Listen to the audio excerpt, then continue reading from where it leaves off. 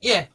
Sorry about that. That was budged together, that intro, because, yeah, whatever. It was a bit small, but never mind. Hello! Tech issues as usual. Hello, and welcome to Curious Casefiles, episode 15. 15. Yeah. 15. 16 if you count the spring break, but it's 15 if you count the serious ones.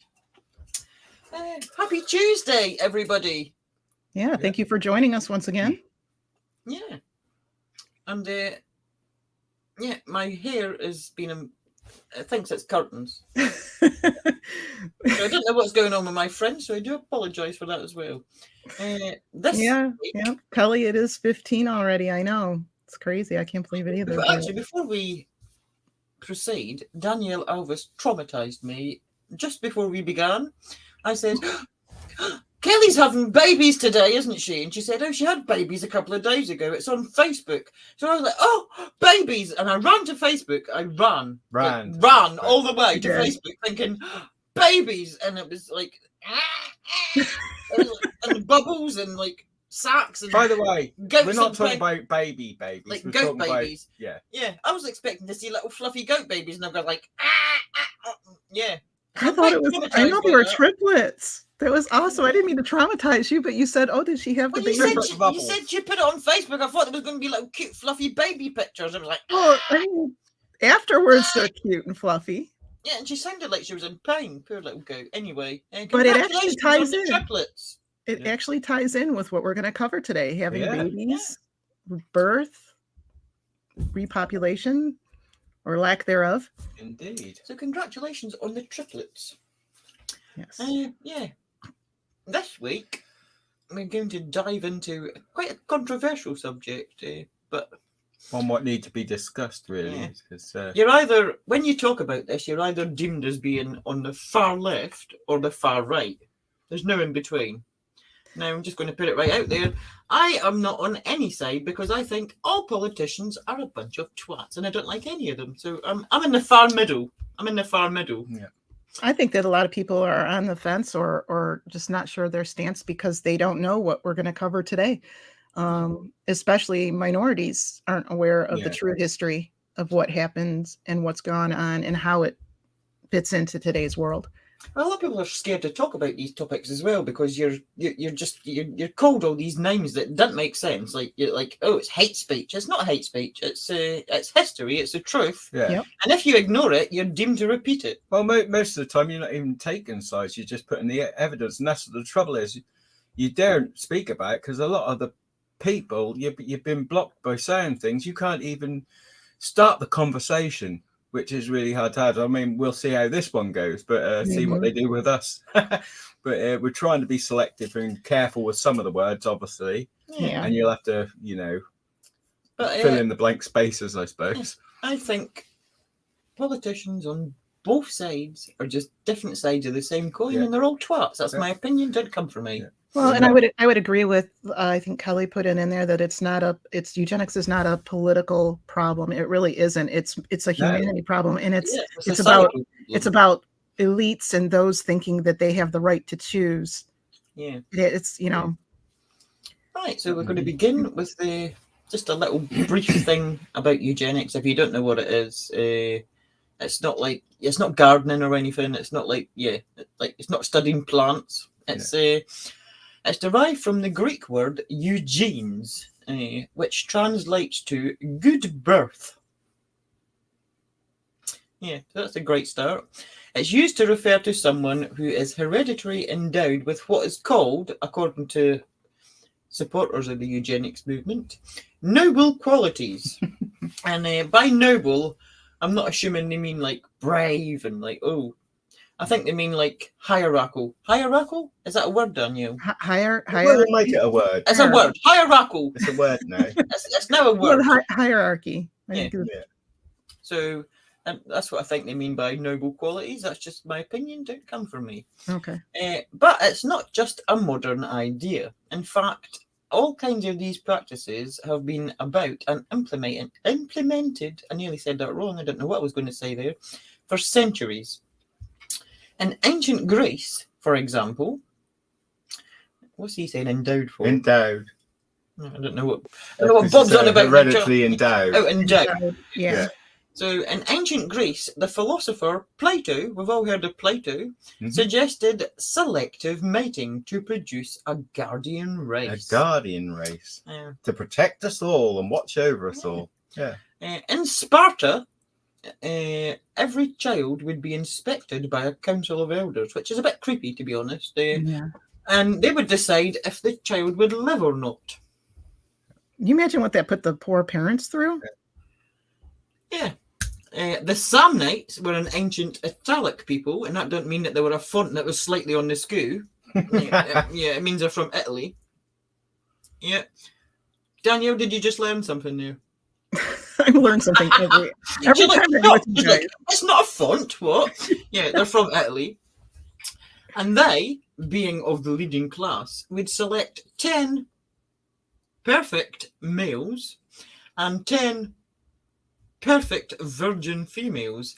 These would then be paired together, and probably against their will, because choose for yourself, everybody, with the intention of creating a perfect population. Yeah, and remember that, because that comes into play shortly. Perfect population. Again. There are many other examples with various reasons for carrying out such practices, all of them.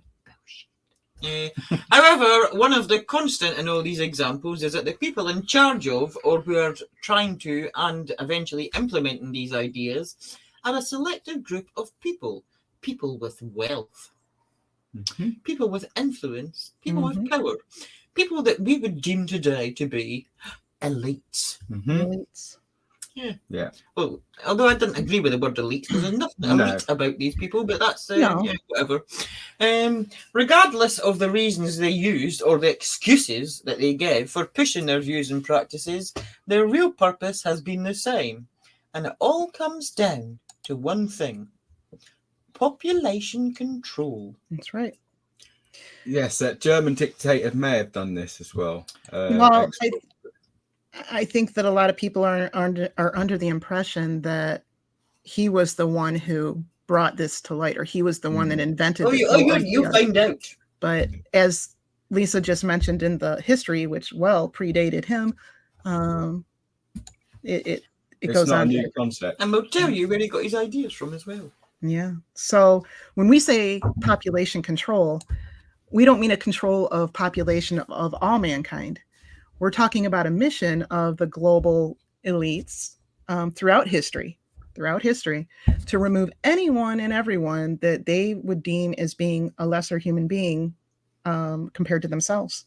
So I don't know where they got the idea that they get to make this decision, but these people actually believe that think we are. I know. They actually think that they're superior to everyone else in every way. Their ultimate goal was and is and always has been to be the only inhabitants on Earth. They truly believe that it is the only way for humanity's survival and advancement. Basically, they believe that the poor, the disabled, and people of other races are responsible for all of the crisis and hardships in the world, and are responsible for the poor state of the Earth, like pollution and all of these other, climate. It wouldn't be the private jets already for now. No, absolutely. Well, they're dropping bombs to test them over and over again. And in the past, they were direct and extremely insensitive and actually quite honest about their goals. Nowadays, the elites continue their missions. However, their tactics have changed to mask, their evil, selfish agenda in the guise of doing good for humanity, right? Doing good for the world. So not buying it. They claim that they're actively seeking new ways to aid people and improving their lives and improving the environment. However, if you peel back the layers, it's clear that it all comes back to the same thing: creating a world that they are the only inhabitants in. So it's all about them and what they want. Yeah. Selfish wankers, basically. Yeah. Sorry, did I say that out loud? Sorry. Unfortunately, some people don't learn that, but there you go. Hopefully, if they watch this show and you share it and like it. Yeah. Well, anyway, a popular title that they like to give themselves and others like to give them is is it wanker? Unfortunately, not. No. As philanthropist. Oh, same thing. Now, you've probably heard of this. I mean, all the sort of more wealthy people, like we were talking about, sort of come under this title. And what actually philanthropist means is one who tries to promote human welfare, or in ancient Greek, it directly translates as loving people. As we know, they're far from loving people, and they really don't care about the welfare of others, only themselves. I mean, for an example, just quickly, I don't know if I'm allowed to say it, but I'm going to say it anyway. Oh, you can say it. I'll let you. Yeah, Epstein and Maxwell were prime examples of philanthropists. Philanthropist. See, I want to say this word and I can't say It's no wankers. It's the same thing. And that's true. And as we know, the welfare was the last thing on their minds of other people when they were carrying out all their dodgy acts that we've all learnt about, even though people were saying it for a long time, but nobody was listening until it came on the news. But there you go. That's how it works. Then we've got Jimmy Savile. Again, another example. He ran marathons for cancer research, children in need, and he funded and visited like many charities and children's hospitals all throughout the UK. He even headed some charities. However, it wasn't because of the reasons as people were promoting him as, like, oh, this care of the world, you know. That was because he could take charge and control of these facilities and these charities and pay for people's silence while he carried out all these dodgy acts on vulnerable children that we learnt. And Because he was a sick, twisted wanker. In honesty, we learnt about it a lot earlier, but again, that was all denied and covered up because there's a lot of money in there. So almost every famous person who are referred to as themselves or by others as philanthropists. See, why did I do this to myself? Are exactly the same people who have been or are conducting evil activities. Now, that's my own sort of statement there, but I'm telling you now because I've done a very good research on this, and that you seek these people who's listed as them, we'll say them, and you will find out that there's seedy activities connected to them. Mm-hmm. Oh, absolutely. And, a lot of people think that couple that had that island and everybody went over to have their little sexcapades and other terrible things going on there. They think it was all about that, but no, I mean, if we know that he was trying to create his own new he was doing exactly the same thing. He was breeding as many people as he can so he can have it. Yeah, absolutely. Dirty twat. And I know he's a prime example, and again, something what we get into later, which proves that this is all BS as well, because we'll see what character he is, and that he wouldn't have created the perfect race if that's going by what they're saying. We know that people are all born differently, and how they tend to be, but So in this episode, we're just basically going to go over the main players, people that have been involved in this, and in episode 2 we're going to deep dive more into the birth control thing. First up is this twat. Bitch. Margaret Sanger, founder of the American Birth Control League, which later became Planned Parenthood, which you've probably all heard of. Margaret Sanger is a highly controversial figure. Many to this day still practically worship this woman as the saviour of women. But was she really? And just as an example, I admire Margaret Sanger enormously. Her courage, her tenacity, her vision. Her vision. Mm-hmm. Yeah. So just remember that. I might play it again later. I might play it several times. Yeah. Sanger held, for some, for want of a better word, disgusting views on eugenics, race, class, and population control. Dun, dun, dun. In her own words, Margaret Sanger wanted a society that limited births to those she deemed fit to have children. You know, this thing up here. Mm-hmm. Yeah. That's what you could get Yeah. used to. Prime examples, Yeah. these people. We've got pictures of all these people. Just look at them. Look at them. These people think that these are prime examples of humanity. I beg to differ, but whatever. Quote. This is a quote. This is not my words. Quote from Bitch up there. I think the greatest sin in the world is bringing children into the world that have disease from their parents, that have no chance in the world to be a human being.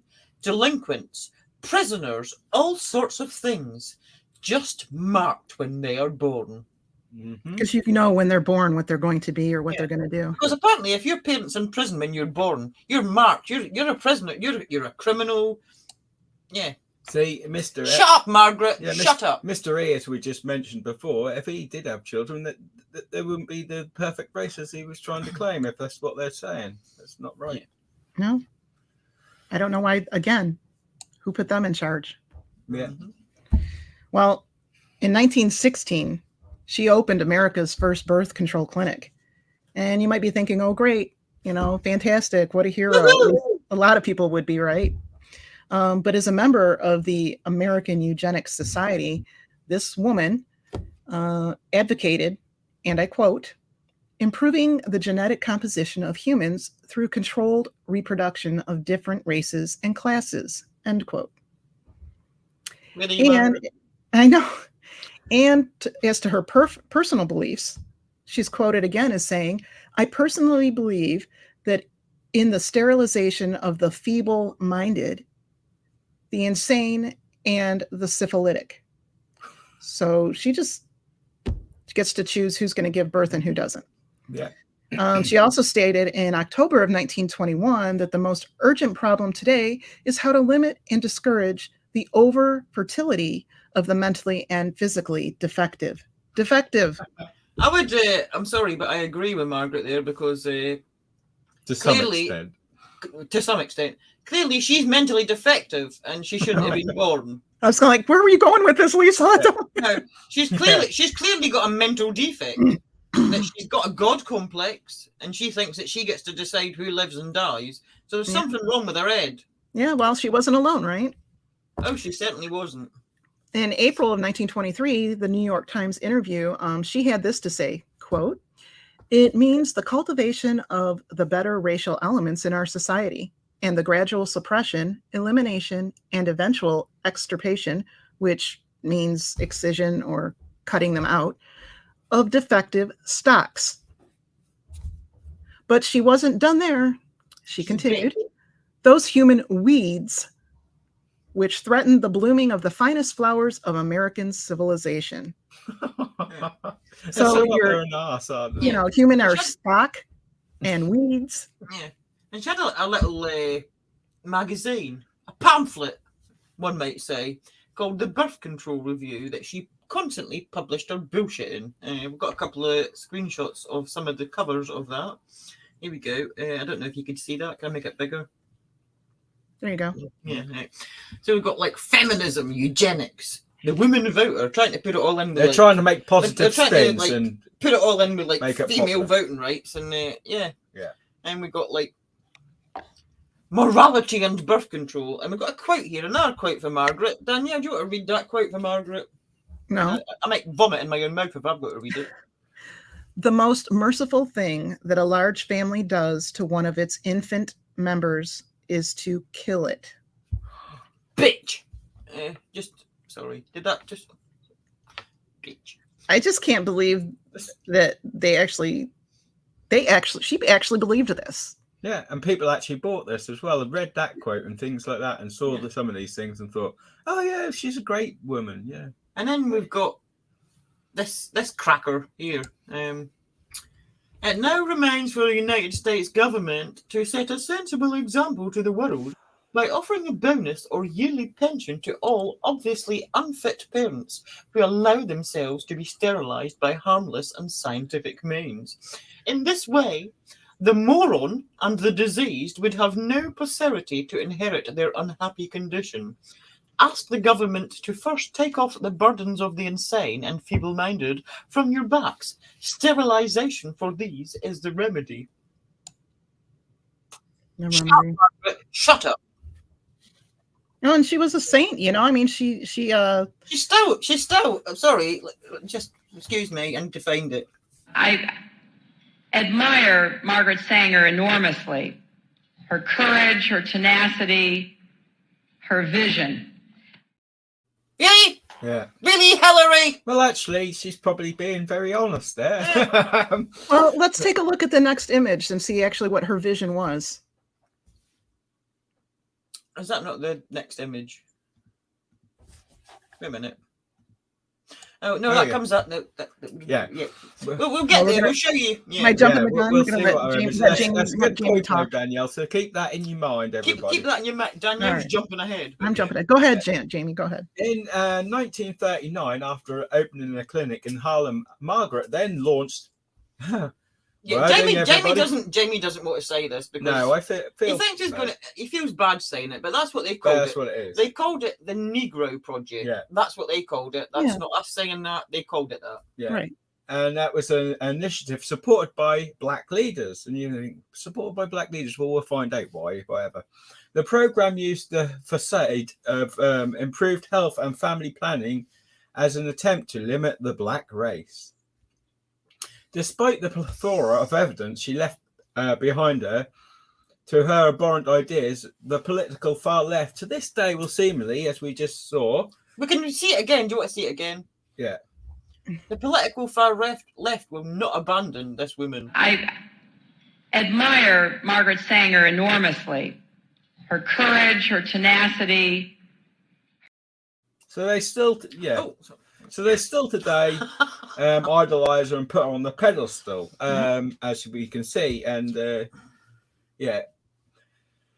they'll deem anyone like us, maybe, possibly, and other people who speak out against her as promoting hate speech, and that's what probably happened. We might get a warning here: hate speech because you dissed, let's make it taken down. Sanger. Let's make it taken down because we dare to say against certain people. Yeah. And why are they still backing this woman who's, said all this? That's been quoted. She was quite honest in her views straight away. Yeah, she's a big racist bitch. I mean, it's absolutely laughable. But I mean, what she was trying to do, as we could see, was eradicate entire races and classes of people. But you're branded the villain, as we can see. Yeah, we're the villains for telling you the truth. Yeah, right. About Margaret Sanger. Now, this woman, literally a woman who once shared a foreign. Should we do the picture first? Yes. Yeah. This woman who you're branded as being hateful by speaking out against her. This is Margaret Sanger. Jamie. Yeah. There you go. This is literally a woman who once shared her abhorrent views at women's branch of the KKK.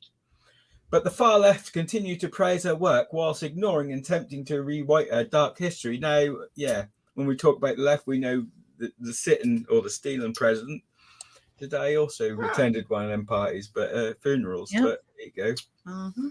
I bet that image doesn't float around very often. Amazing company. Yeah. Yeah. Right, and I believe it's me. Is it me? Yeah. Yeah. Mm-hmm. Now we're going to talk about somebody called Harry H. Laughlin and the American Eugenics Society. Sounds fancy. Spoiler alert, he's another wanker, everybody. Right. Several eugenics organizations existed prior to 1926. Of course they did. When the American Eugenics Society was established. In 1904, the Carnegie Institute in Washington created the Station for... No, they didn't. Station for Experimental Evolution. That's a mouthful. As you notice, it's quite difficult to say. Yeah. Station for Experimental Evolution at the Cold Spring Harbor Laboratory in New York.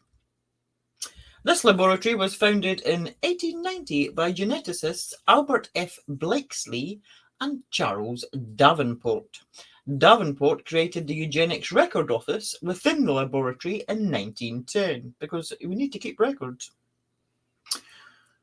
After receiving a grant, he done this after receiving a grant from what is called a wealthy benefactor, an elite. That's what that means. Didn't say who it was, but we can just imagine. And he recruited Harry H. Laughlin to serve as its director. Laughlin's two primary interests in eugenics were immigration and compulsory sterilization of the unfit.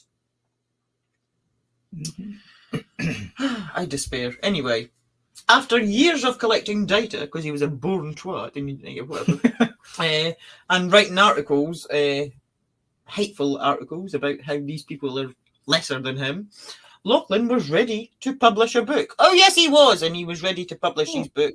Of course. In 1922, he finally published it. And it was actually published through the Chicago court, which is weird, but we'll get to that later. Weird. That is weird.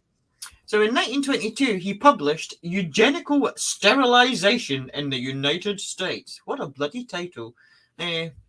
This book outlines his model sterilization law and his desire for states to implement his ideas.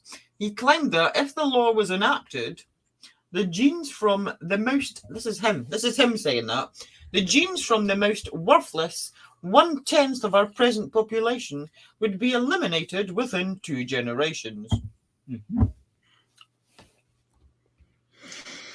Well, deep breath, everybody, deep breath. Right, in the book, this piece of shit book that he's wrote, Laughlin identifies those he believes to be socially inadequate. He should have just looked in a mirror, but whatever. And who should be marked for sterilization. Those include the feeble-minded, the insane, criminals, epileptics, alcoholics, the blind, the deaf, and the deformed. Which is all totally ridiculous.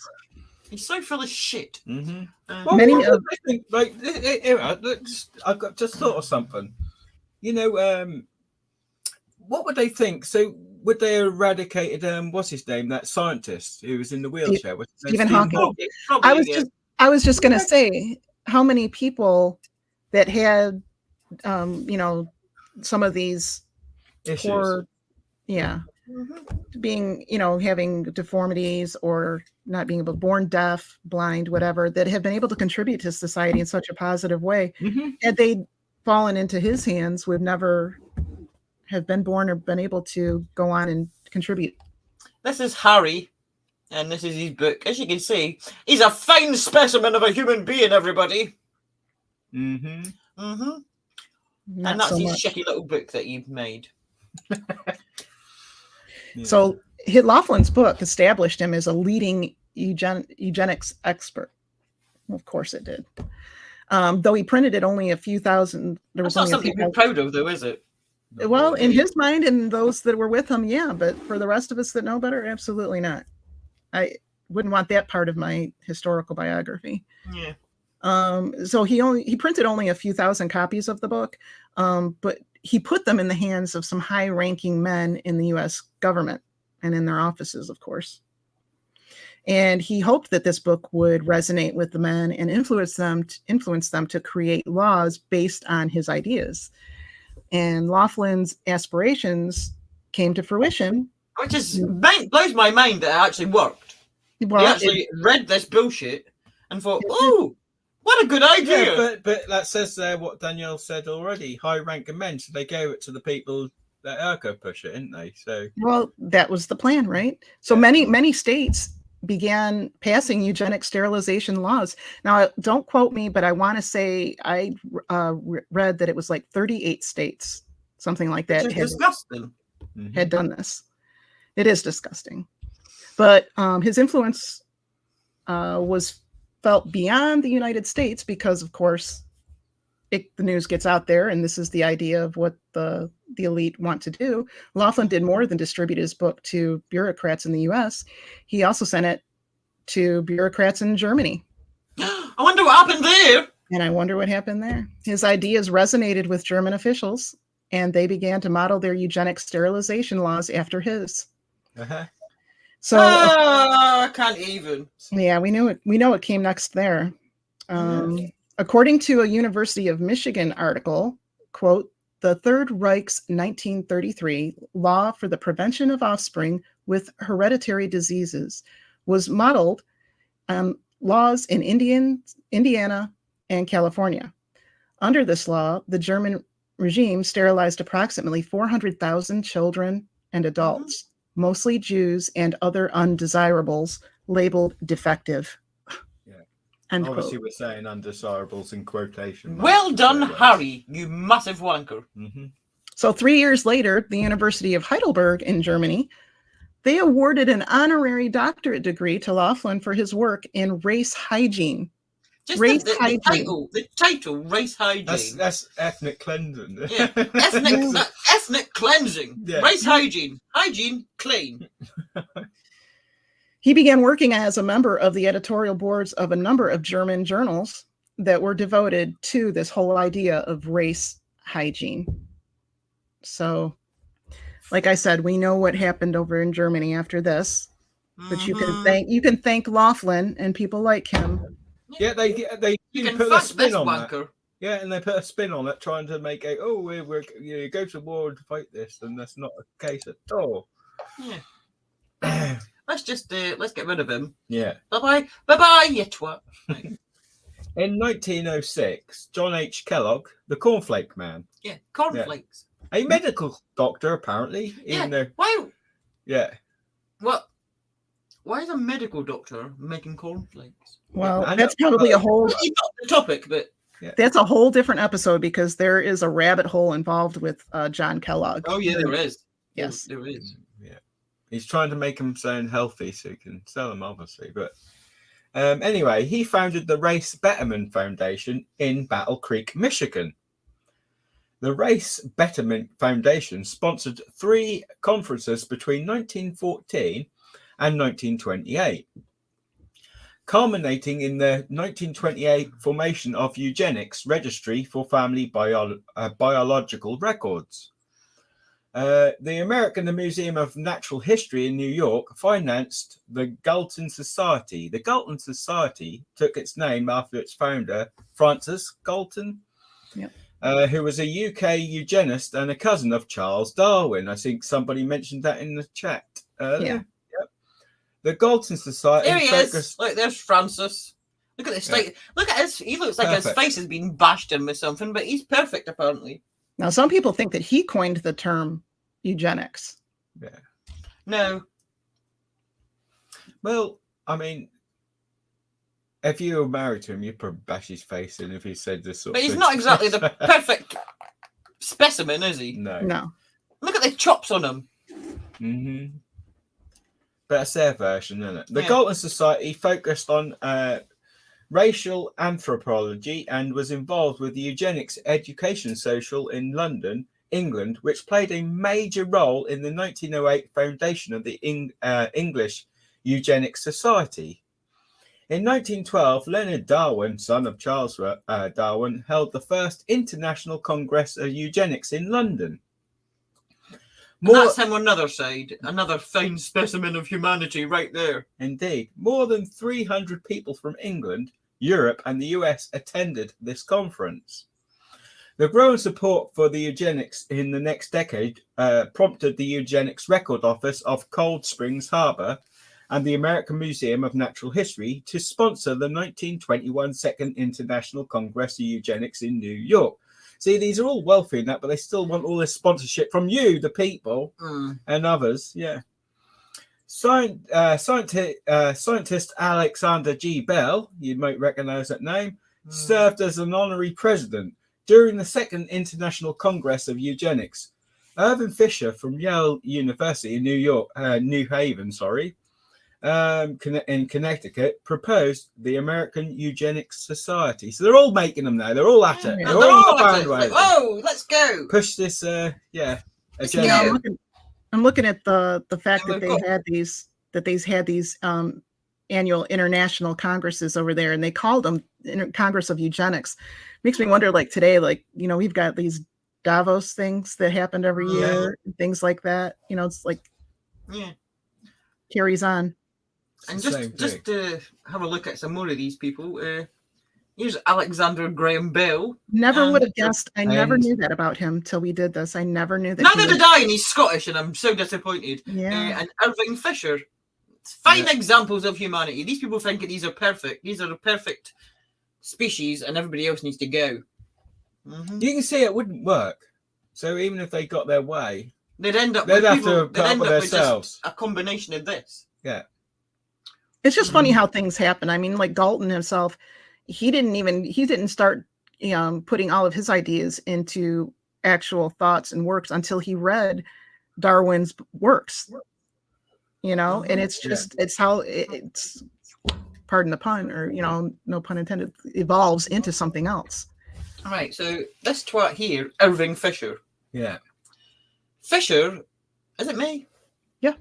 Yeah, I'm so confused. And yeah, whatever. Fisher, twat face, here, this one. Stressed the need for widespread eugenics education in the United States. Because we need to educate everybody on this, because brainwash everybody on this. With that proposal, Osborne, president of the International Congress, appointed an interim committee that worked on the AES, that's the American Eugenics Society. We're just going to call it the AES because it's easier to say and we're lazy, until its formal incorporation on the 30th of January 1926. Fisher served as the Society's first president. Davenport, director of Cold Spring Harbor Laboratory, was the first vice president. Among the Society's presidents, Lachlan, remember Harry? Who served as president from 1927 to 1929, promoted eugenical sterilization in the early 20th century United States. So a bunch of lovely people. I think we can all agree that they're just got the best interests of humanity in mind. Multiple committees were formed within the AES to target different aspects of eugenic education. Examples of such committees include the Committee on Crime Prevention, whose work, they actually published his book in Chicago. That was under the Chicago Municipal Court. That's why they published his book, which is weird that a municipal court is publishing a book on eugenics that ended up getting sent to Germany, that influenced, weird, whatever. The credibility of the AES therefore increased due to the involvement of people like Clark Wister, who was a curator of anthropology at the American Museum of Natural History in New York, and Sewell Wright, who was a US geneticist. Do you notice what I've just noticed now? Now, in this progression, you can start to see where they're not only taking on all the same ideas and sharing the same I pressed the wrong button. No. Here we go. That's Sewell Wright, geneticist. Yeah. It's not me. Don't worry. Sorry, you can see that they're holding these positions of power to, again, push the agenda more and promote it. That's what we see with media and things and news and things like that today, and that's what they're doing. They're doing exactly the same. They may just change the names and decorate it up, but same crap. Well, as you can see, the ball kept rolling right there, right? More people, more of these so-called they all lead on to each other. Were contributing. Yeah, it's very convoluted and tangled web, but they all tie in. It's always the same sort of people, you know. Yeah. From the 1920s to the 1930s, some of the AES's work was presented at state and local fairs, even. And contests. Yep. Contests called the Fitter Family Contest involved popular competitions between families and couples to determine who would produce the most viable offspring based on physical appearance, behavior, intelligence, and health. Exhibits had flashing. That's healthy. These exhibits had flashing red lights to emphasize the statistics of birth rates. But they were made up. I'm just going to put it out there. They made them up. Absolutely. I mean, so the birth rates of able-bodied people compared to what organizers called degenerates. And that sounds very similar to what we started with in the ancient times, where they were making perfect specimens and that by getting 10 perfect people together. Now they've turned it into a great little fun competition. Wait till you hear the statistics, though. Yeah, this just blows my mind, because anybody with a brain would know that this is first of all, bullshit. How do you measure this? You can't measure this. So statisticians claimed that while every 16 seconds a child was born in the US, they also said that not all children were children were of all the same caliber. According to the exhibits, a capable child was born every 7.5 minutes. And just making shit up now. Well-minded child every 8 seconds. And a future seconds. criminal. Yeah. And a future criminal every 50 seconds.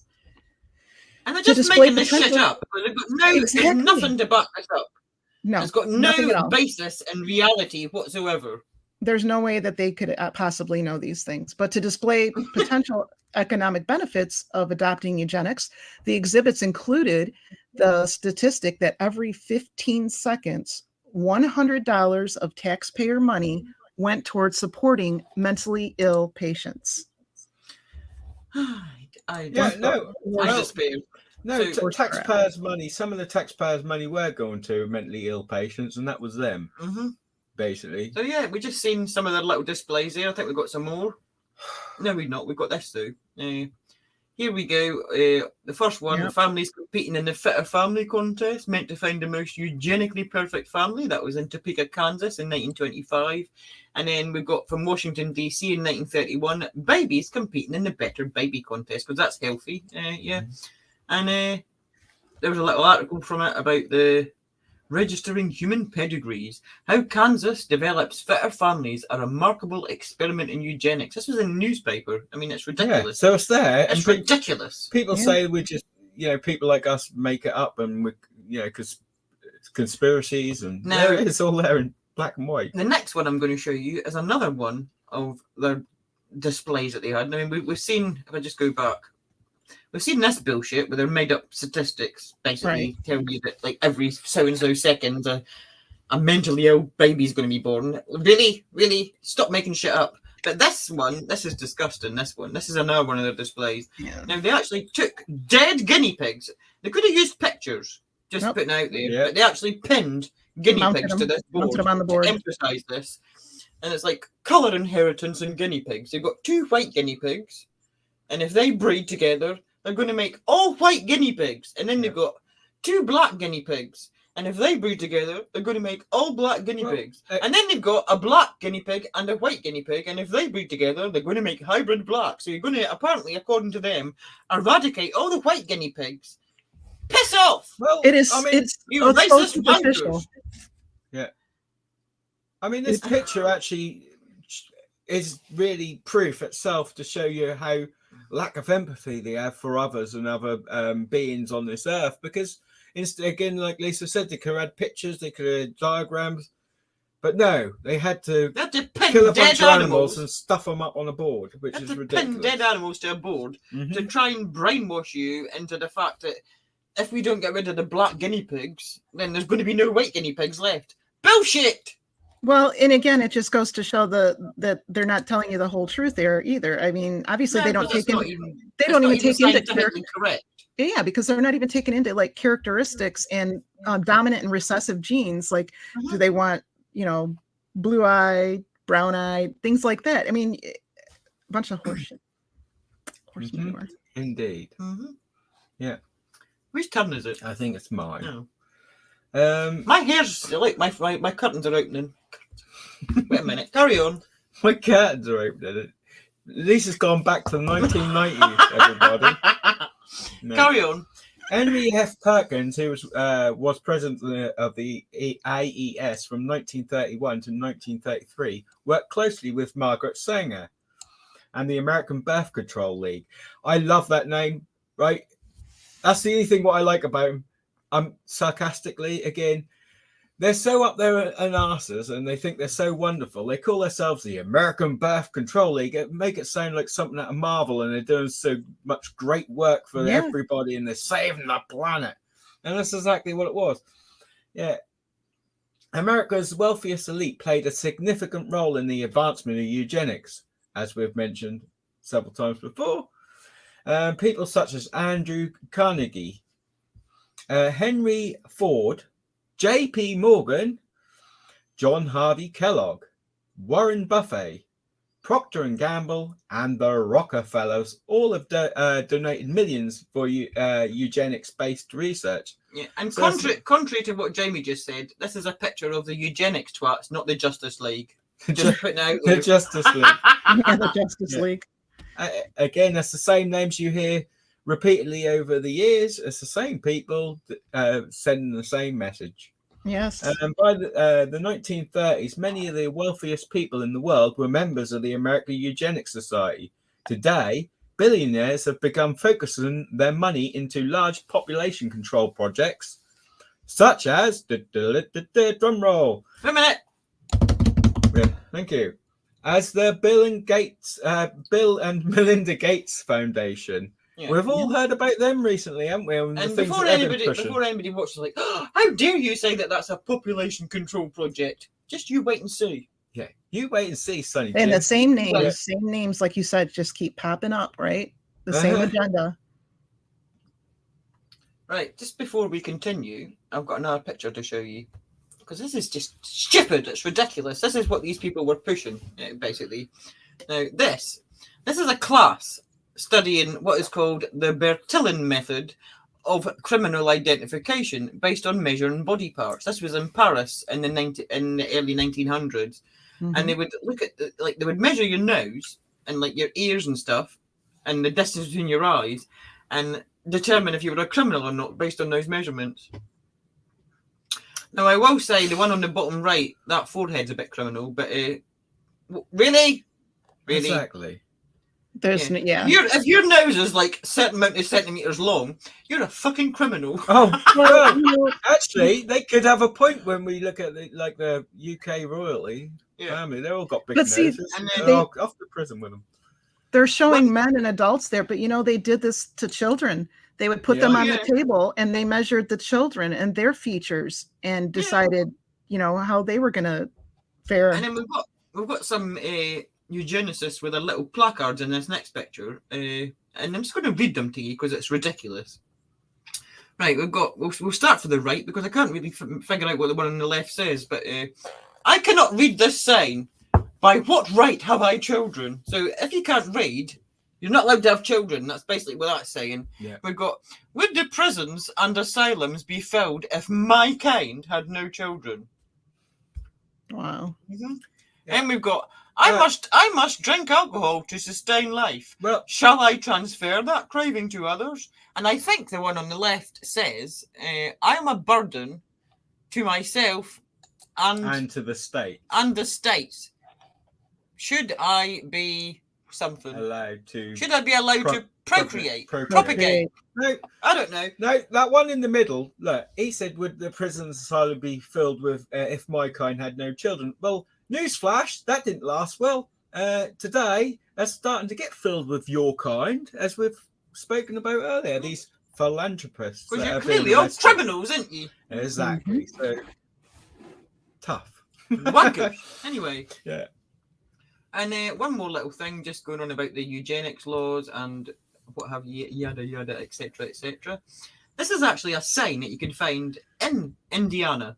Going on about there, they put a sign up about it. It's double-sided. I've got a picture. So by the late 1800s, Indiana authorities believed criminality, mental problems, and pauperism were hereditary. Yeah. Yep. So does that make sense?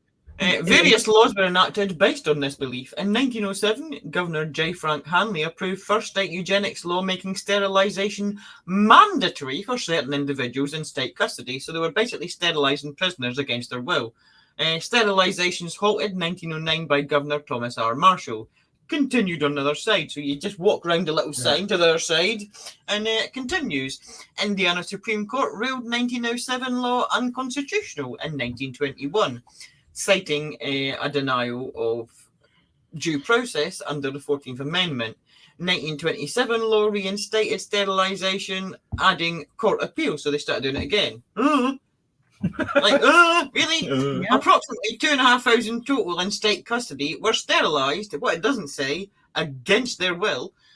Governor Otis B. Bowen approved the repeal of all sterilisation laws in 1974. 1974, I mean, that's not long ago, really. Come on. No, they By, took their sweet ass by time. 1977, related restrictive marriage laws were repealed. So this was like the 70s, and they were still bloody doing it. Really? Yeah. Well, and against their will. I mean, there was an affluent family. Really? In the 70s? There's an affluent family. I think it was like turn of the century. And the young adult woman went to have her appendix removed. And while she was under, her mother gave the okay to have her tubes removed and have her sterilized. She woke up to find out she wasn't ever able to have kids again. Ever. And it just ended because she didn't think that she was a bright woman, bright enough to be able to handle mother and contribute to society. And that kind of thing went on. Very sad. It does. Right, is it me? Yep. Now we're going to talk about a very well-known company.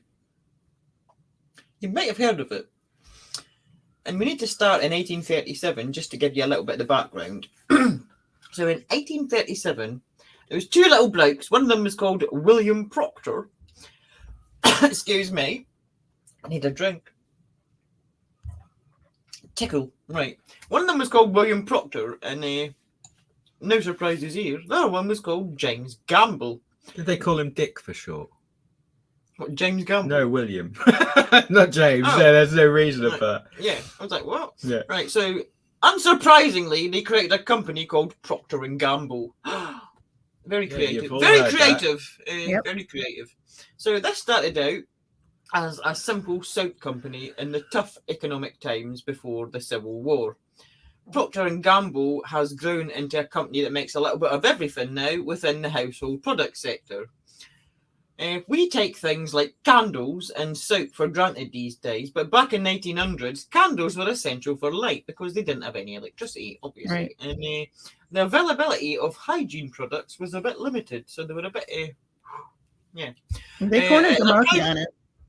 Mhm. It's a prime example of businessmen that recognised an area for demand and therefore capitalised upon it. So that was by 1914. The Procter and Gamble company was a multi-million-dollar company, basically. And at age 21, for his birthday, happy birthday for his birthday, the grandson of the founder, James Gamble, who was a fellow called Clarence Gamble, received $1 million for his birthday. Oh, well, there you go. As his first $1 million. Happy birthday, Clarence, you twat. He is a twat, honestly. I'm not just... yeah. No, he really is. He's actually... In fact, twat doesn't really cover. We can all imagine Clarence where he's investing Gamble. that $1 million.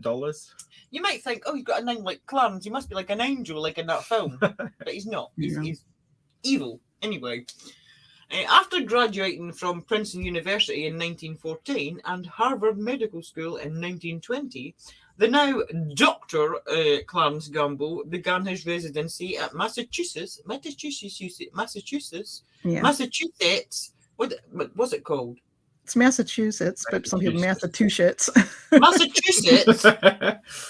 Basically, began in a hospital in Boston. Is that in Boston?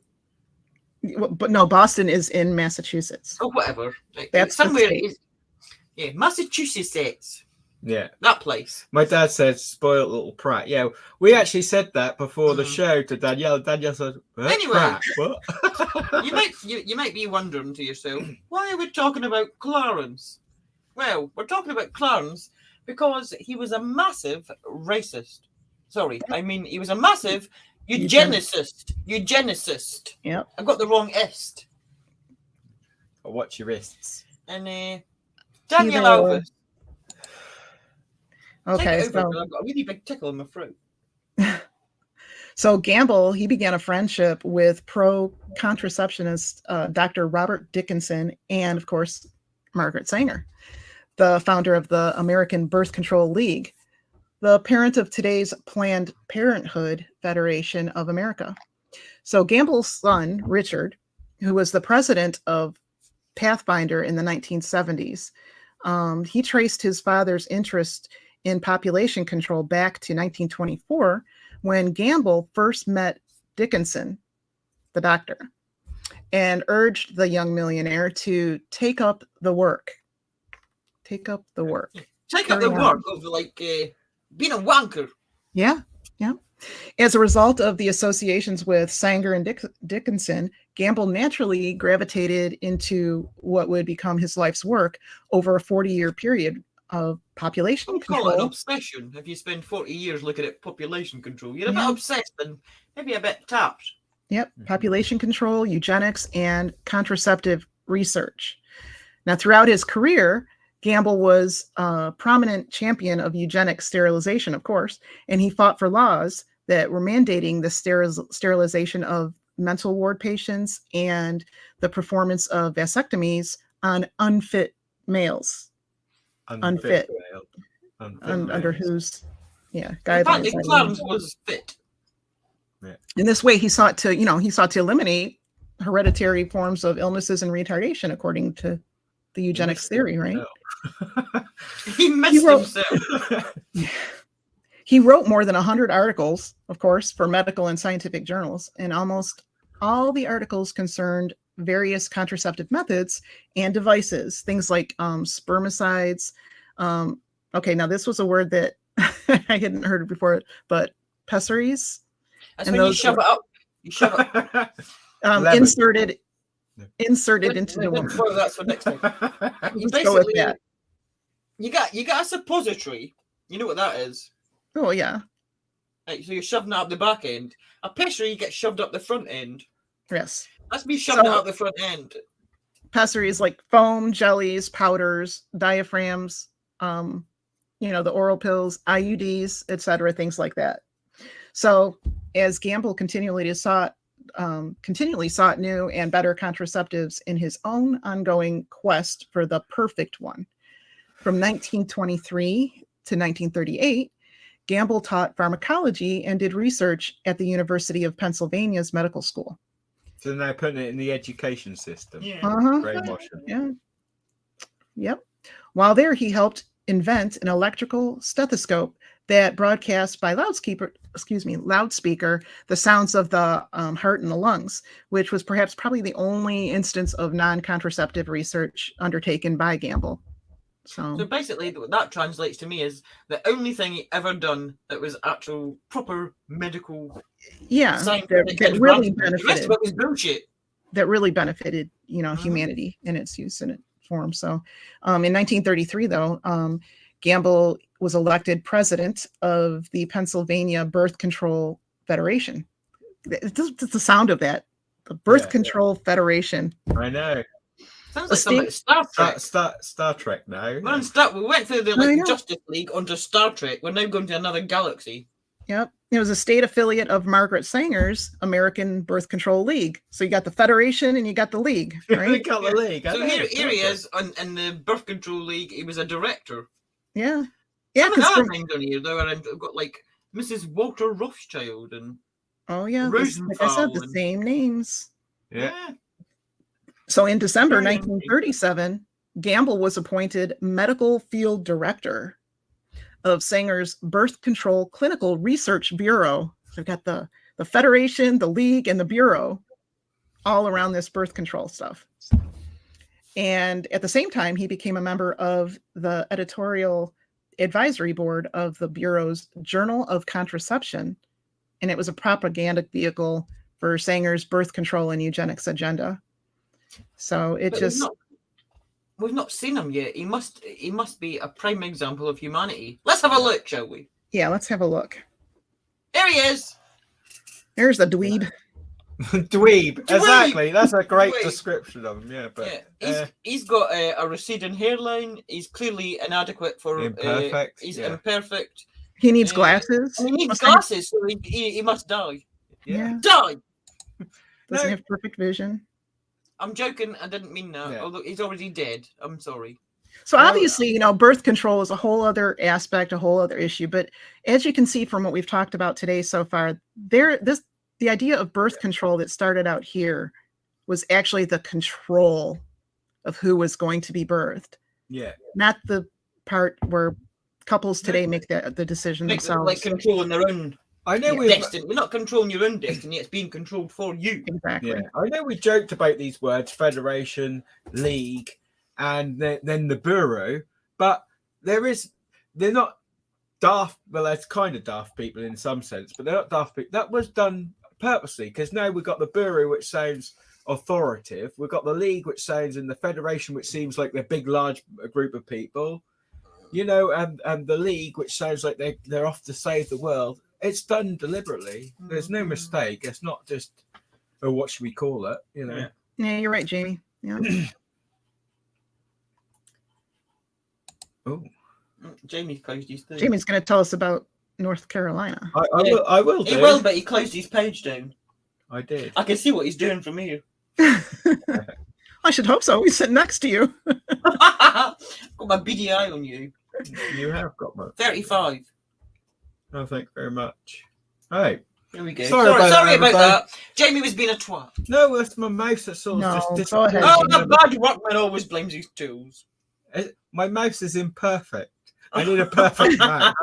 It's not eugenically sound. I need to call these people up and find out what I can do about it. Jamie's now going to tell you about North Carolina. Yes, I am. Right. In 1937, Gamble was financing a program which supplied birth control information to the natives of the densely populated little island of Boca Grande, something like that. Anyway, off the Florida Everglades. The nurse in charge of the program, Miss Frances Pratt. Hey, She's a prat. there's She's the a word.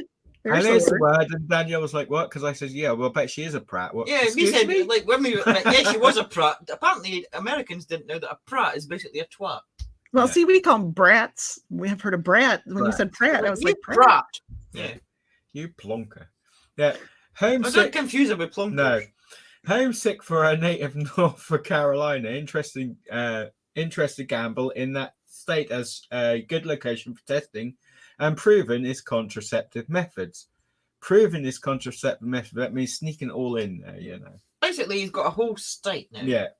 Gamble approached the North Carolina State Board of Health with an offer it found too good to refuse. Now, If it's too good to be true, it really is. So don't made get him it. an offer he couldn't refuse. He would personally fund for 1 year a project to provide contraception under state auspices to indigenous citizens. So, you know, again, Yeah. paying for both the contraceptives and the salary of a consultant nurse, Miss Pratt. So it's a selective nurse. Selective. I don't even think, because they keep referring to her as Miss Pratt, I don't think she was actually qualified as a nurse. No. Well, just putting it out there, I think they just called her a nurse. Title. Just gave her a title. Yeah, that sort of technique has been used before, isn't it? The milk nurseries that exactly. they used to send to the hospitals to get the kids to use the powdered milk, which is Nestle, which we'll probably do an episode on Nestle. They sent these milk nurses and called them nurses, and they actually wore nurse uniforms and looked like they were nurses to try and get basically these women they're just aides. Yeah. Like, it's conning you basically into thinking, oh well, it's a nurses tell me to do it, but it's not really. No. So they gave her the title of a consultant nurse. Yeah. So Miss Pratt made her way back to North Carolina, and Gamble had the entire state as a laboratory, a testing ground, basically, in which to test his ideas. When North Carolina, on the 15th of March 1933, became the first of the 48 states to sponsor a health department birth control program. So it's now set in stone. I thought it was 50 states. Or is that was there only 48 then? I was going to say, yeah, at that time. Oh, yeah. Sorry, continue. This is the things what the English people don't understand. Yeah, I get confused about how I was taught at school there was 52, but apparently there's now only 50. Yeah, I even watched that that program thing. That was quite interesting. How the states got their shapes and all that. But I still see how we go off on these different subjects. Yeah. I still don't know. States got, one of the states actually looks like Joe Biden sniffing the state below it. Yeah, it does. Okay. I'll find a picture while Jamie And, continues. and there's a, yeah. It's not relevant, but I'm going to show you anyway. When the North Carolina plan was launched, there were just 3 private birth control clinics in the state. By the end of 1938, with the Gamble's backing, the state had created 56.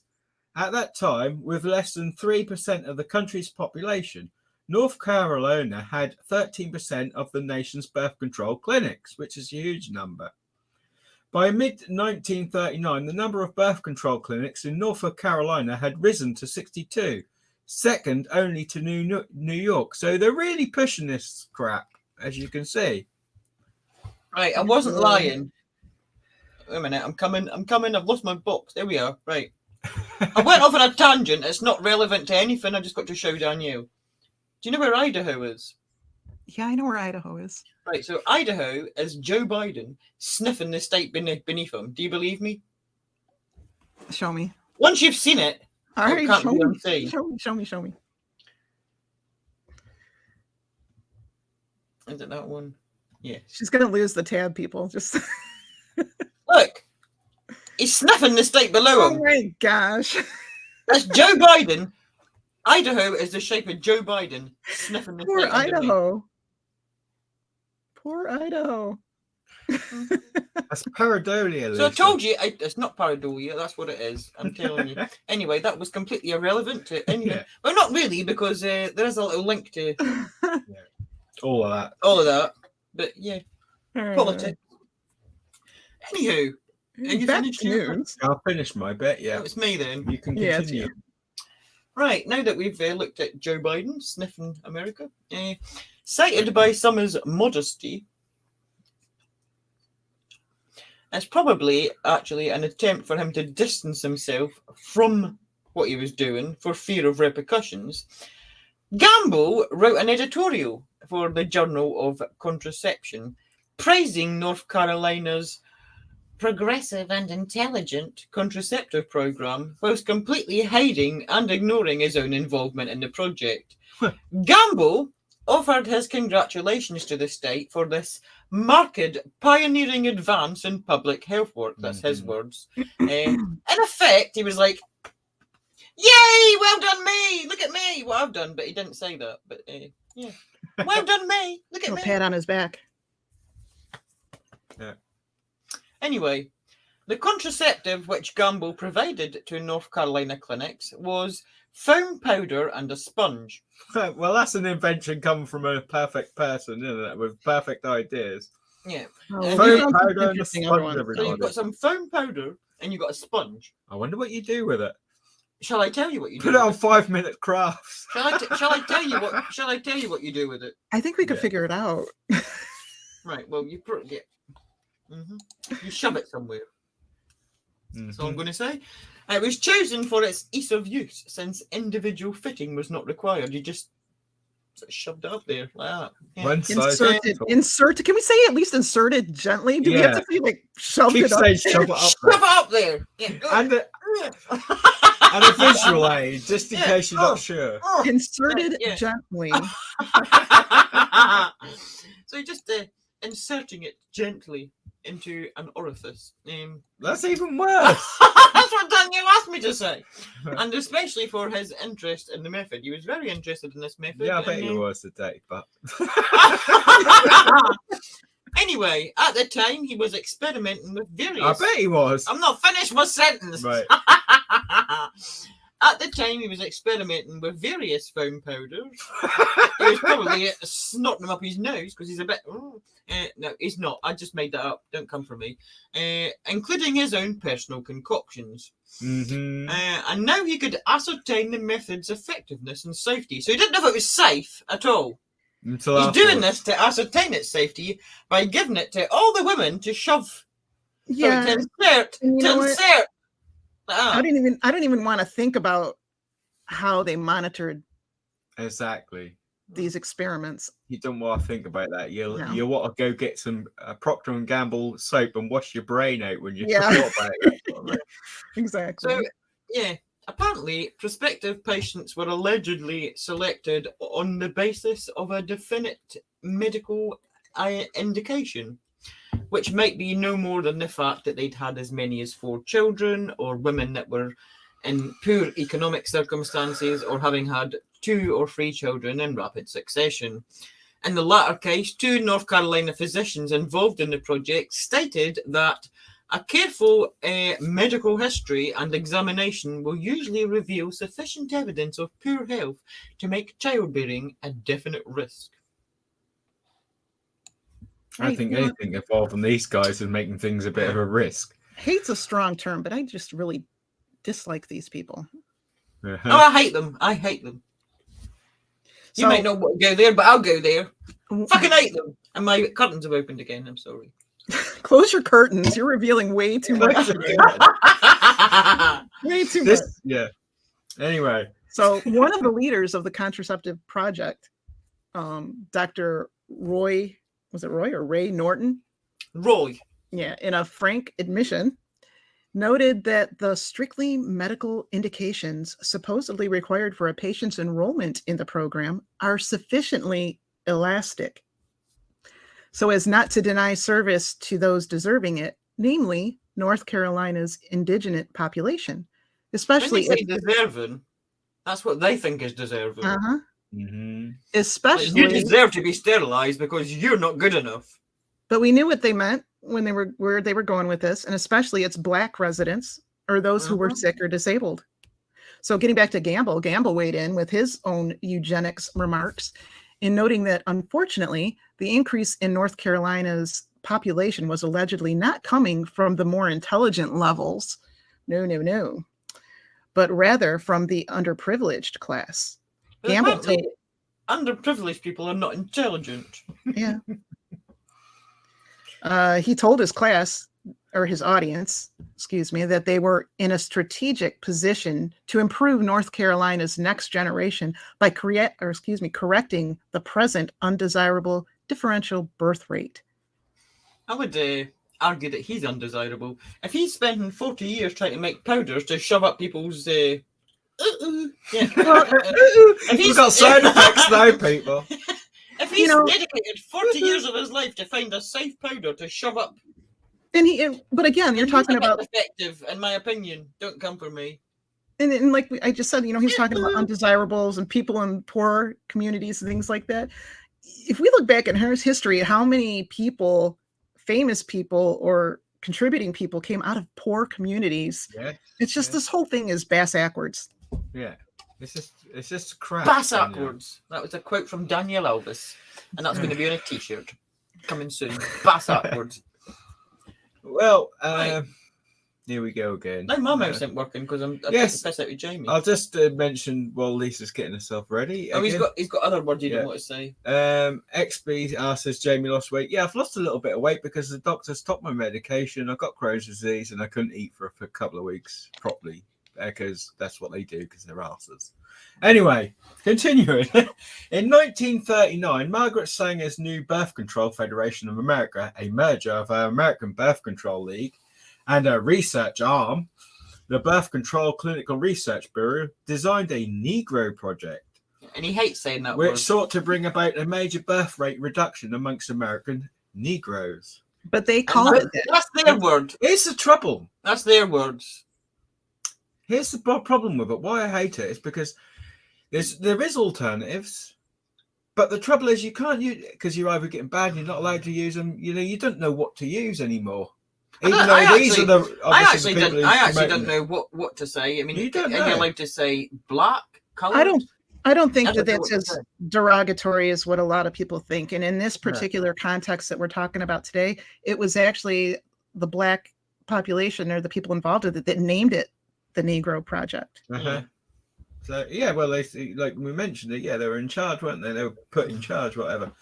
Such a result, according to the goals of the project, would help solve the problem of Southern Negro poverty. According to the project proposal, widely believed to have been written by Gamble, the mass of Negroes, particularly in the South, still breed carelessly and disastrously, with the result that the population increase among Negroes is that portion least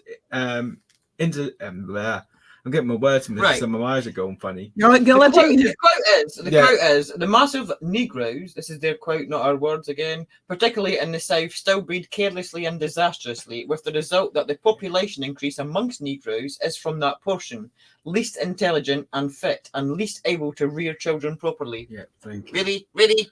The project was to hire 3 or 4 coloured ministers, preferably with social service backgrounds, and with engaging personalities to travel through the South and propagandise the birth control, basically. As the project proposed stated, the most successful educational approach to the Negro is through religious appeal. So you see what they're doing, they're taking on a different tactic now. Yeah. Yeah. Yeah, well, you don't have to get even into how they destroyed the family unit and those. Yeah, you see where they get on all the aspects, and they manipulate. Yeah, like you say, again, with something what we're seeing more recently, manipulate all the society in different ways and getting people to think differently and fight against each other and all that crap. Yeah. And anyway, in a remarkably frank letter to Gamble, Sanger wrote that we do not want word to go out that we want to exterminate the Negro population, and the minister is the man who can straighten that out, and any idea ever occurs to any of their more rebellious members. So basically, this is the letter here. There's like 2 pages and a little bit. I'll leave it on I'm not going to read you the entire letter. That quote that he just said is in there. If you want to read it yourself, you feel free to pause it. That's page 1 there, and there's page 2, and that's where it's got the quote we just read. And there is page 3, signing off, Margaret Sanger.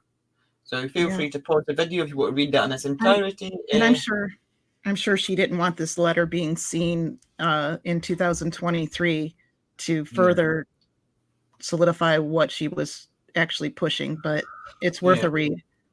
And continue. I actually think that letter should be up in every Planned Parenthood building on big posters for all of the people to read. Right. So, is it mine? I'm confused. It's you. I just read. Is it me? So you showed the letter. So Pathfinder was one of the very first organizations to fund overseas population control programs. Clarence Gamble himself, of course, was the first American individual to fund such activities. Now, during its first 10 years of existence, Pathfinder's work was principally financed by Gamble and other members of the family. But after Gamble's death in 1966, Pathfinder prospered greatly due to substantial funding from a new entity, which entered the population control field with very deep pockets indeed. The United States Agency for International Development, aka USAID. On the Pathfinder's website, it states the following, and you can, go to the Pathfinder's website yourself and read this, but in quotes, for 65 years, Pathfinder has supported women, young people, and communities by expanding access to the sexual and reproduction health care, and opening the door to opportunities to thrive. Today, Pathfinders live and work in more than 20 countries in Africa, South Asia, and in the Middle East, building trusted networks of reproductive health services for millions of people around the world every year. We are steadfast in our conviction that all people, regardless of where they live, have the right to decide whether and when to have children, to exist free from fear and stigma, and to lead the lives they choose. I will also say that on the website, they do go in and recognize what the founding fathers, or mother in the case of Sanger, did truly believe. And they talk about that, and whether or not they're sincere about changing that or not, that discernment is on you. But that's what they've wrote there. Yeah, the statement of which I read is what they have now. So in the context of its founders, that's actually terrifying. But to give them their due, they do go on, like I said, to state that originally it was founded as the Pathfinder Fund in 1957 by Clarence Gamble. The organization served as a vehicle to continue his work on expanding access to new important family planning tools. But it was documented that Gamble's involvement in the practice of eugenics persisted through the first half of the 20th century, coinciding with the founding of Pathfinder, into the 1960s. Racially biased and unscientific beliefs clearly influenced his work in the US and in the global South, and were manifest in his efforts to reduce birth rates in certain communities, regardless of whether or not the people in those communities expressed consent with his methods. Though Gamble died in 1966, the influence of his beliefs could be traced in Pathfinder's work into the 1970s, generally under the name of population control, a euphemism adopted by governments and family planning organizations at that time. So it says, we are working to understand our history and the broader history of the family planning movement more deeply, to interrogate how racism, white supremacist ideology, eugenics, and population control influenced early activities in our organization and our movement. We have sought to understand the views and actions of early movement leaders like Gamble, Margaret Sanger, and others more fully, so that we can determine how best to address this legacy going forward. We now have a better, clearer understanding of our history that enables us to lead the way into the future with people-centered approach and a gender justice lens, helping us to build a world where people everywhere don't just survive but thrive. We are holding I've not seen once the word sorry. I know. We apologize. Well, they're not going to apologize. Happened. It's like we recognize it, and we're going to. Yeah. Yes, again, that's wording again. Where's the sorry? Sorry that we sterilized these people against their will. Sorry that we were massively racist in the past. Yeah. Sorry that we called you degenerates and didn't think you had the right to live. Where's that? Mm-hmm. Not going to be said. And I'm just about done here, but it says we're holding ourselves accountable to reflect on and reckon with our history, to reconcile it with the bold future we envision for our organization and the people we serve. The courage and dedication shown by all Pathfinders and our local partners have made huge contributions to ensuring that everyone, regardless of where they live, has the ability and the opportunity to make their own decisions about their own bodies and their futures. But we're not sorry. No. And like I said, you just got to use your own discernment, read between the lines, and find out if these organizations, just like Planned Parenthood, is a screen for something else. So yeah. Right. And we're going to move on to somebody that you've all heard of. Yeah, go ahead. Go ahead, James. Yeah. Who is it, Jamie?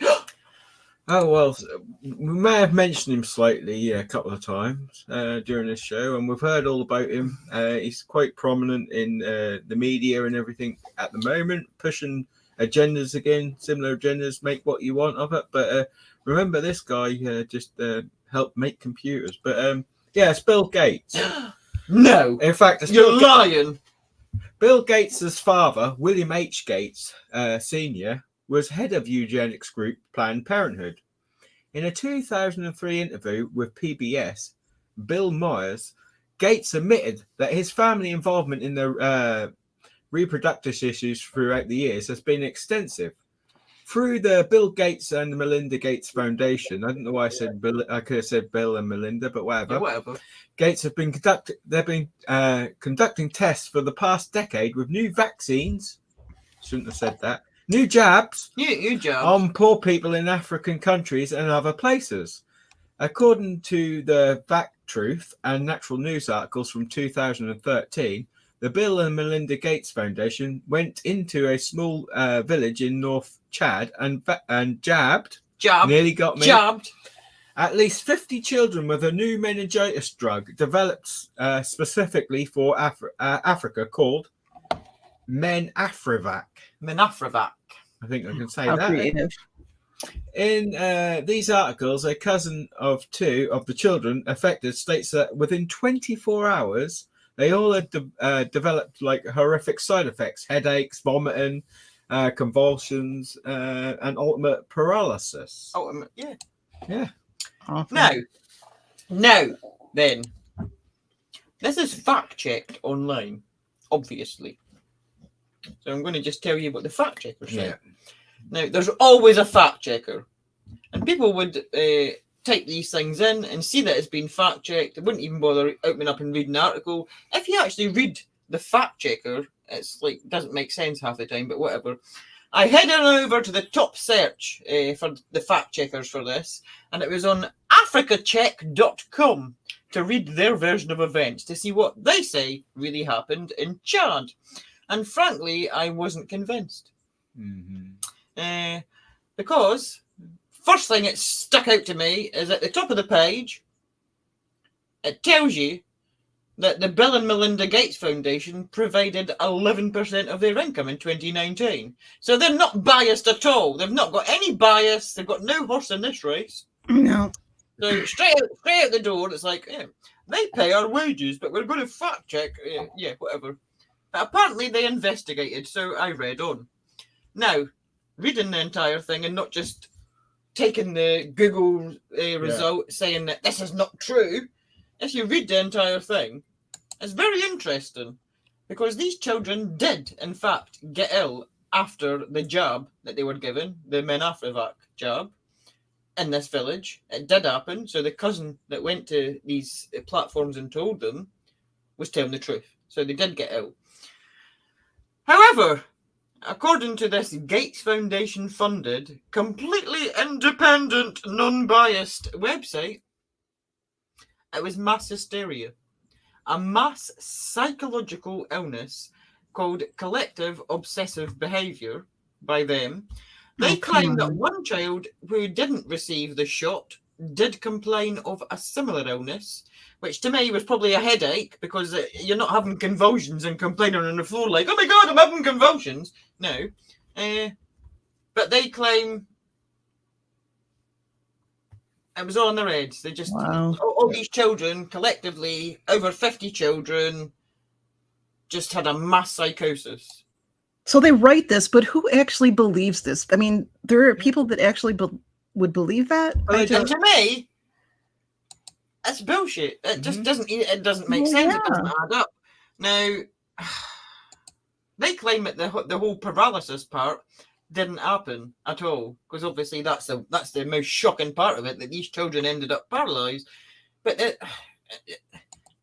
and read it.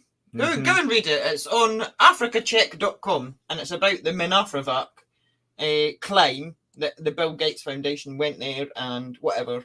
Go and read it. It doesn't make sense. Yeah. It doesn't make sense. No. I smell, I've got a little picture of it actually, haven't I? Yeah. Just to say what the header looks like so they know what they're going to. Yeah.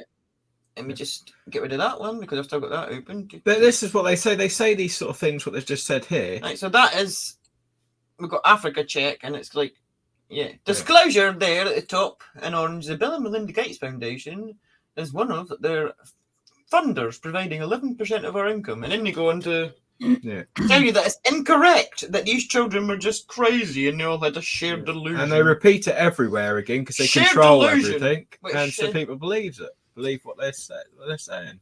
So they all got this job and then all had a shared delusion. Yeah.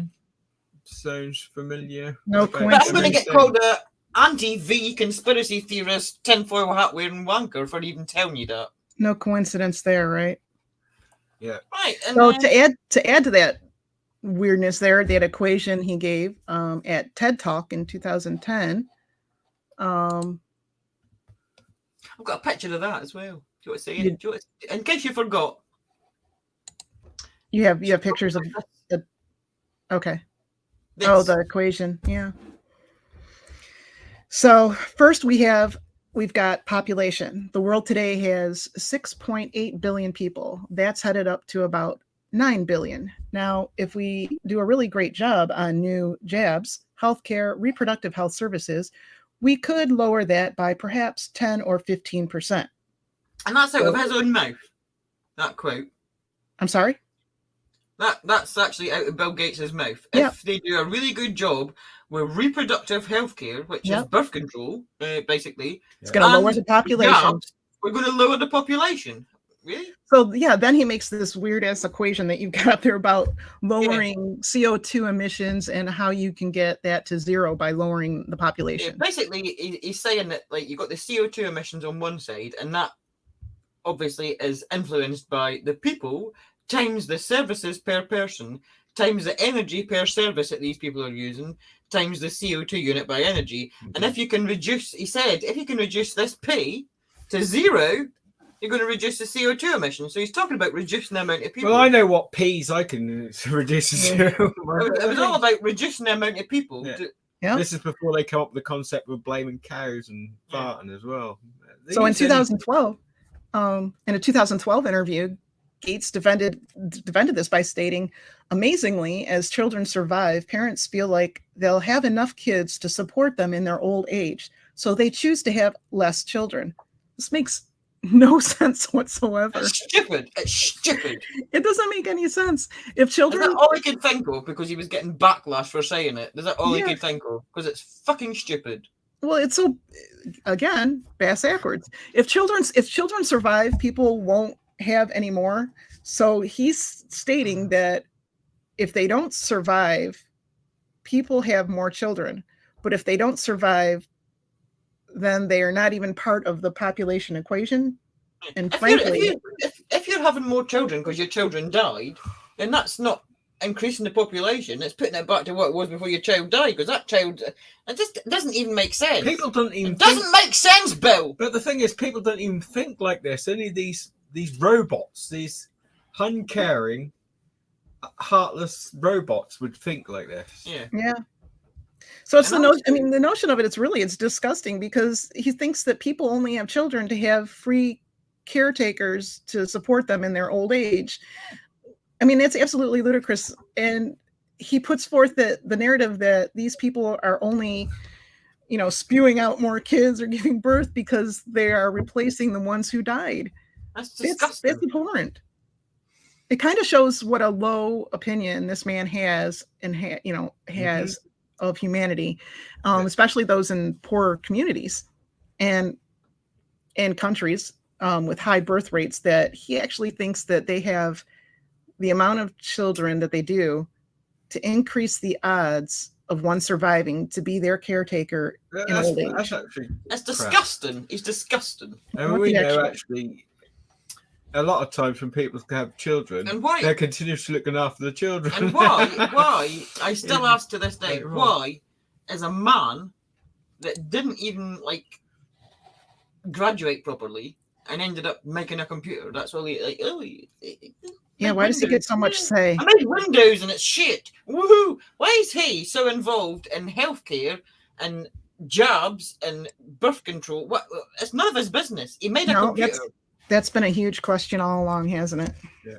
He's actually creating a he whole needs sort to of get area his land. sticky little nose out of every. He even wants to do something with his son. He's weird. Yeah, he's weird. He want to create. He's designing and creating a whole piece of land with housing and everything, with all this sort of green environment for him and his pals to live, basically. So he's getting prepared for all this. So to wrap this up a little bit, because we're going to get back to this next time.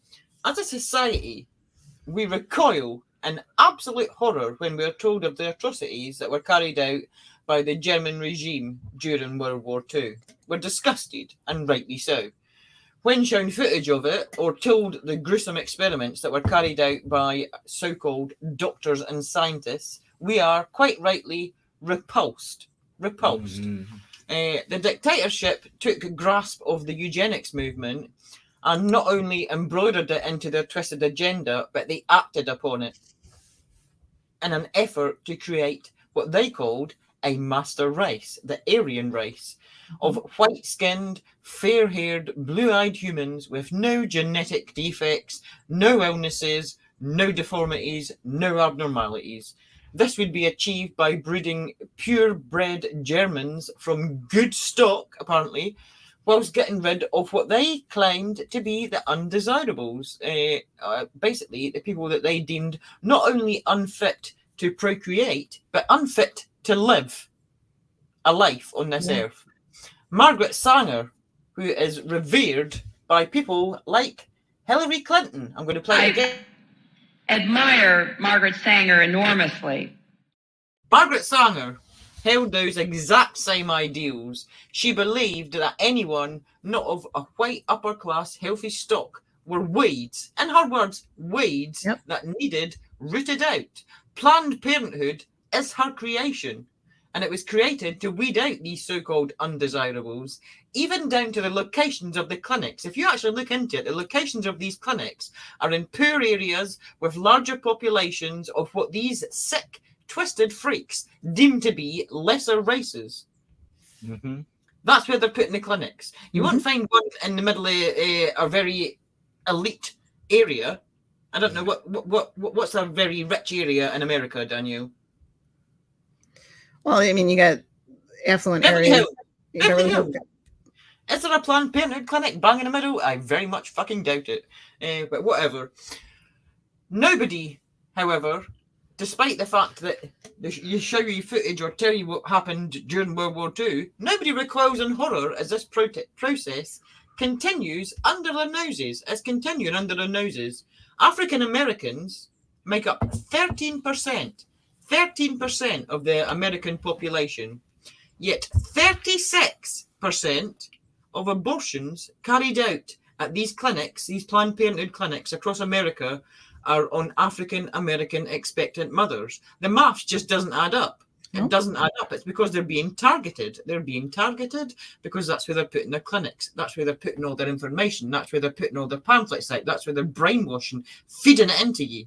They're just forcing it down your throats. Planned Parenthood admit the most heinous things under oath in video testimony that you can find online. You can go and find it. It's widely available online, where they state that in later term abortions, what they call fetus, they say the fetus is born breathing sometimes. It's actually a baby, love. It's not a fetus. It's a baby. It's a viable living human being. These fetuses are born breathing, and then they're taken away into a laboratory, and then they're basically cut up for stem cell research while they're still alive. That's what Planned Parenthood do. This is the kind of evil that we're dealing with. And they do that. I actually had a video on that on my previous channel, which YouTube deleted that channel. I wonder why.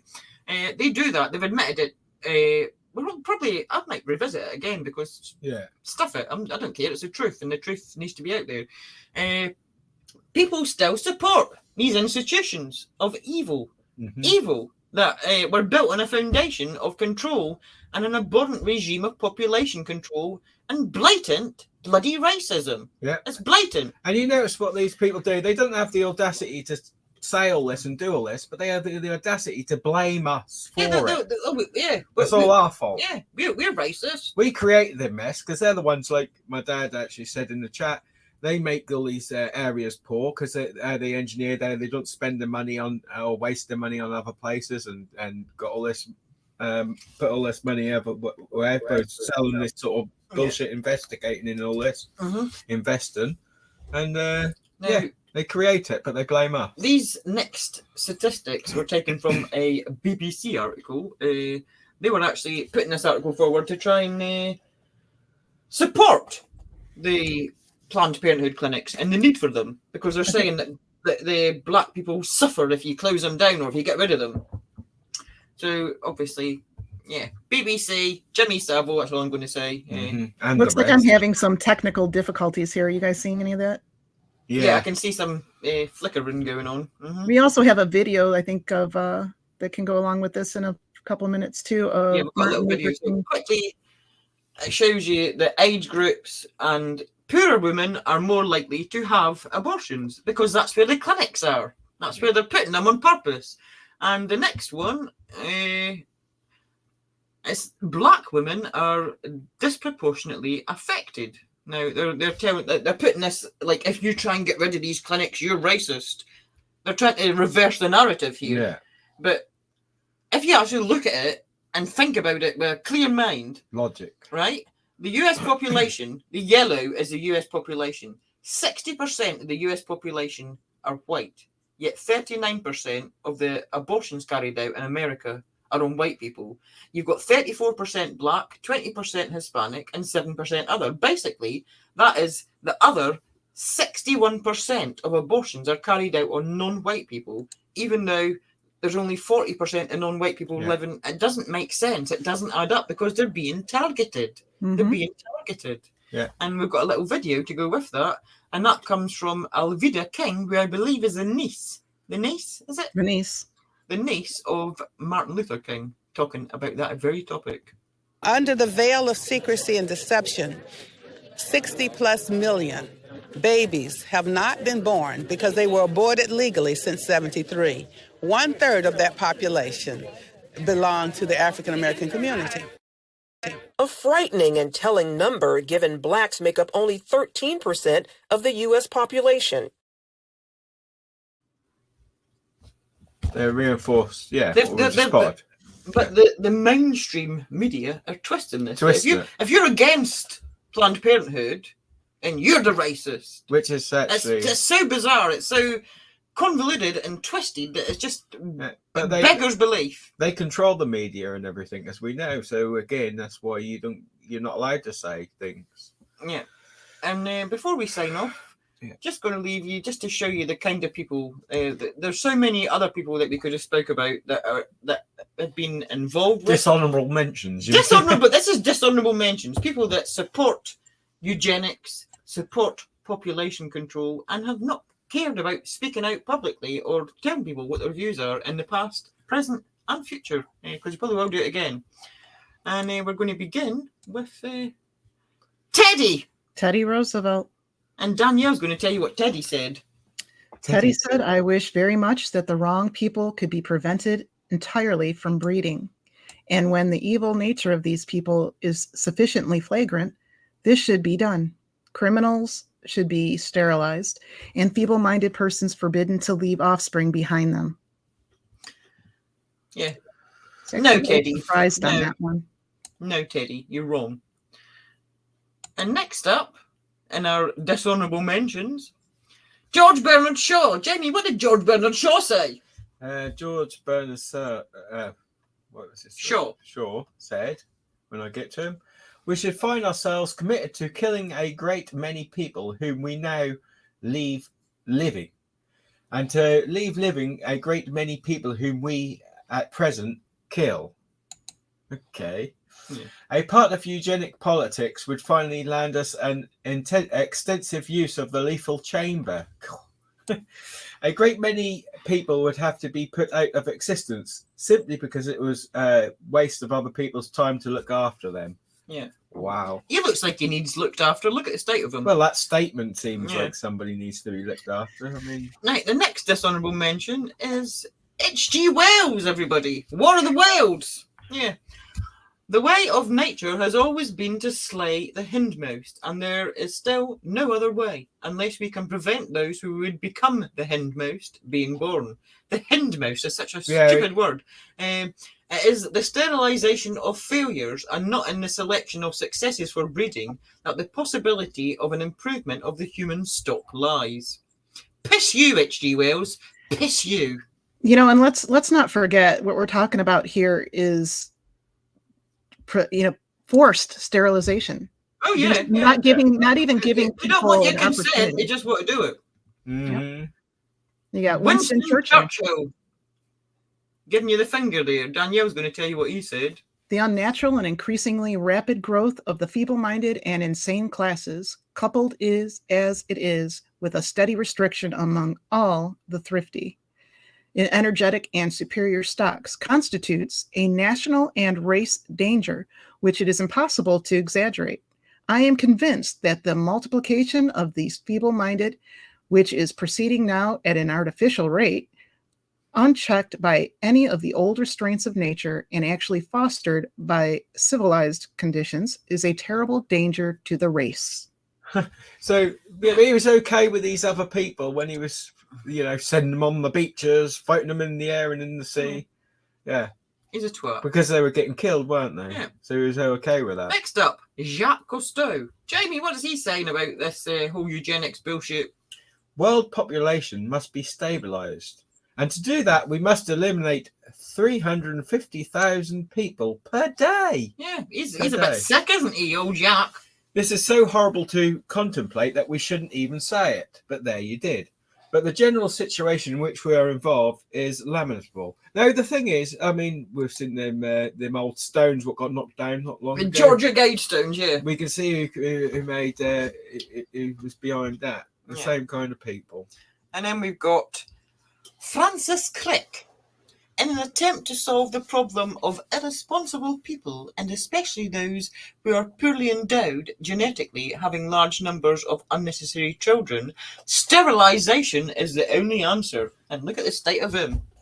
Well, and then we've got Ted Turner. We know a lot about Ted Turner. If you've Ted been, Turner, by the way, if you didn't know, created CNN. Mm-hmm. A total population of 250 to 300 million people. A 95% decline from present levels would be ideal. Yeah. And you can be first, Ted. You can be first. Off you go. But again, they're all sharing the same sort of numbers and everything, so they know how many. Now, there's quite a few quotes for this. This bearded twat over here, who's called John P. Holdren, and he was the senior advisor to President Barack Obama on science. And this is some of the things that he had to say. We've got a program of sterilizing women after their second or third child, despite the relatively greater difficulty of the operation than vasectomy, might be easier to implement than trying to sterilize men. That's not only ridiculous, it's also a bit sick. We don't want to bother the men, but we'll do it to the women, even though it's maybe a bit dangerous and a bit difficult. Women now, that's what he's saying. And then we've got the development of a long-term sterilizing capsule that could be implanted under the skin and removed when pregnancy is desired, opens additional possibilities for coercive fertility control. What the fuck? The capsule could be implanted at puberty and might be removable with official permission. Official permission, everybody, for a limited number of births. This is Barack Obama's chief science advisor, everybody. Indeed, it has been concluded that compulsory population control laws, even including laws requiring compulsory abortion, could be sustained under the existing constitution if the population crisis became sufficiently severe to endanger the society. Unbelievable. And then we got good old David Rockefeller. We love that name. The negative impact, everybody. The negative impact of population growth. I do apologize if you've got children watching and they're going to have fucking nightmares about David Rockefeller because, oh my God. The negative impact of population growth on all of our planetary ecosystems is becoming appallingly evident, says Mr. Rockefeller. The negative impact of his face on my screen is becoming appallingly evident, so we're going to move on. You have a couple more. Oh my God, it's even worse. Right, Jamie. Oh no, right. Frankly, this is another woman that's like revered by people on a certain political side as being a hero. Just saying. I know that it seems like we're doing a lot left because that's the people who are saying this. I'm not against any particular side. It just happens to be the ones that are saying this bullshit. They're all hairholes. Yeah. Frankly, I had thought that at the time Roe was decided, there was concern about population growth, and particularly growth in populations that we don't want too many of. Yeah. So that's who's we, Ruth? Who's we? Exactly. And last but by no means least, another one that's going to give you bloody nightmares. In the event that I am reincarnated, which he's dead now, but I doubt he's going to be reincarnated because he's probably in hell, I would like to return as a deadly virus in order to contribute something to solve overpopulation. Well, don't worry, Philip, because you don't need to be reincarnated as a virus because you were a virus the first time. Thank you very much. Can you believe that such a statement like that, though? I mean, from like basically the king, although he wasn't called the king, but he was the queen's husband. Yeah. I want to be reincarnated as a virus to murder you all because there's too many of you little peasants. That's what he's saying. Uh-huh. Well, he's got a criminal nose, apparently, according to their... Yeah, so we've now looked at profile. The players. Yeah, hopefully you have a better understanding of eugenics. We focused a little bit more on, like, Clarence, remember Clarence? And Margaret. And we're going to get more into them next week because we're going to tell you about the creation, the testing, and the controversy of the birth control pill, but we're going to start off, this has been a bit deep, so we're going to start off with a history of contraception, which we've been diving into, and oh my god. Stay tuned. Oh my god. Yeah, oh my some god. Some of the things that people have done. Yeah. Over What's the even worse than sponges and powder? Over the centuries, some of the things that they thought was going to stop them getting pregnant or stop them getting sexually transmitted diseases.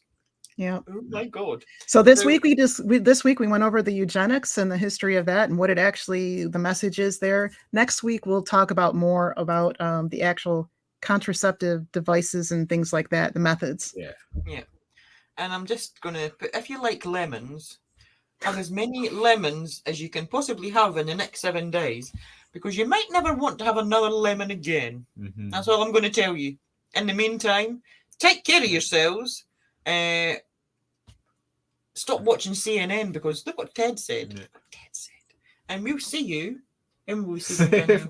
Ask the hologram in the middle. I'm going to ask the hologram in the middle. When will we see them, Danielle? The hologram in the middle? See you next Tuesday. We will see you next Tuesday. See you later. Love you all. Please share this video far and wide. Tell all your friends. And we'll see you later. See you later. Yeah, I've got to find the ending End thing. button. Bye-bye. Bye. See ya. Bye. Cheerio. Bye-bye.